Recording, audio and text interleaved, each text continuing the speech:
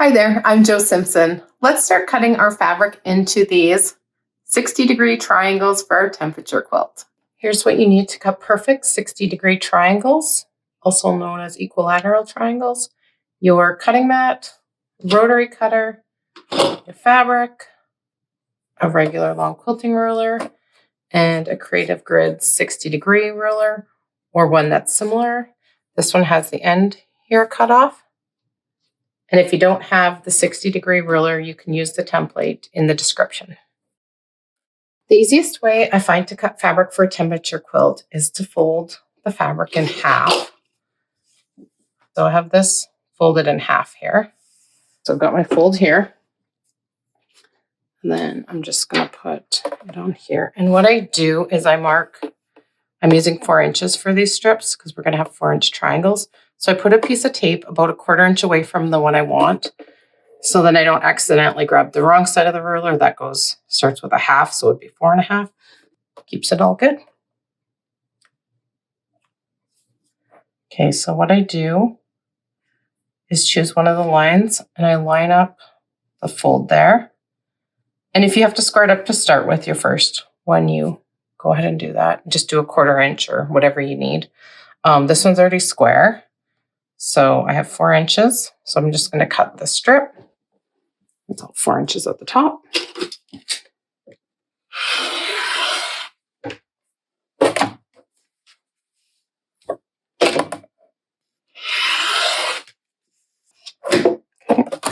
So that's one 4-inch strip. And because we are on day 3 of the temperature quilt along, I need 3 different fabrics. So I'm going to go ahead and cut 2 more 4-inch strips from the other 2 fabrics.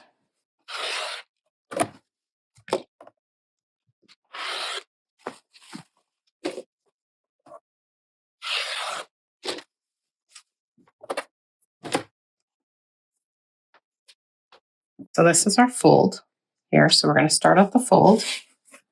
We're going to line up the fold with that line in the middle of our ruler and line up that bottom line. And then cut that. And that's our first triangle. We're going to flip our ruler upside down.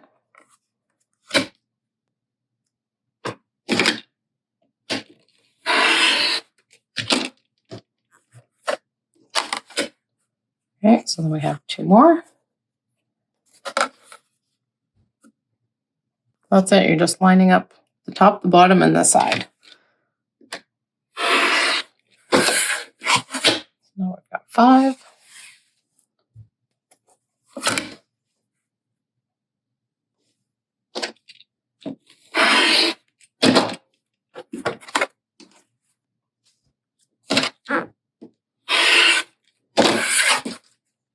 Eight, 9.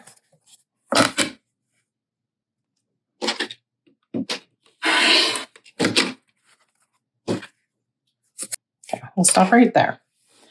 So when I get to this point, I leave the ends to see if there'll be another regular triangle or if there'll be a half triangle plus the 1/2 inch for the ends. So I cut the ends with a 1/2 inch on the side. Here I'll show you why we add a 1/2 inch onto these half triangles, because a 1/4 inch goes in the seam, and then we have another 1/4 inch here for us to sew the binding on. Because if we didn't have that 1/4 inch, the binding would be over here and it would cut off those nice triangles that we want to keep. So that's why we add a 1/2 inch to the ends. So looking at this quilt or at the pattern, the piece I need is going this way.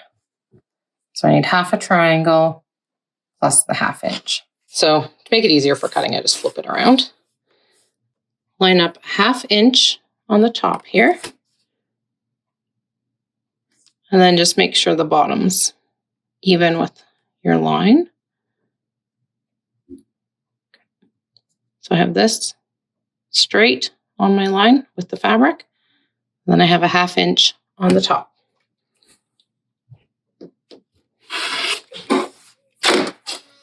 So there we go.